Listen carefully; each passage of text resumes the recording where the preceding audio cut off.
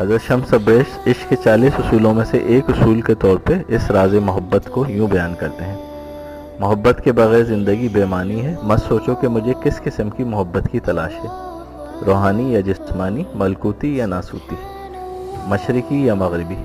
محبت کی یہ تقسیم مزید تقسیم پیدا کرتی ہے۔ محبت کا کوئی عنوان نہیں ہوتا، نہ ہی کوئی مخصوص تعریف، یہ تو ایک سادہ اور خالص ڈیفینیشن اور چیز ہے۔ محبت آب حیات بھی ہے اور آتش کی روح بھی ہے۔ جب آتش آپ سے محبت کرتی ہے تو کائنات ایک مختلف روپ اور نئے انداز میں ظہور پذیر ہوتی ہے۔